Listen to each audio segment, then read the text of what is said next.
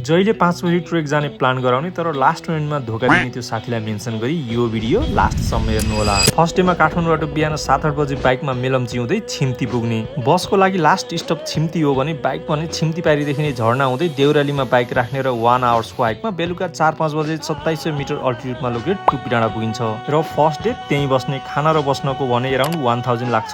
Second day बिहानै 5-6 बजे हिँडेर झोलुङ्गे पुल पारी खाजा खाने र नसिमपाटीमा गएर खाना खाने। त्यसपछि भने लौरी बिनाको उकालो हुँदै बेलुका 4-5 बजेतिर 5 पोखरीमै पुगिन्छ। सेकेन्ड डे त्यहीँ बस्ने र कस्ट भने पर पर्सन अराउन्ड 1000 लाग्छ।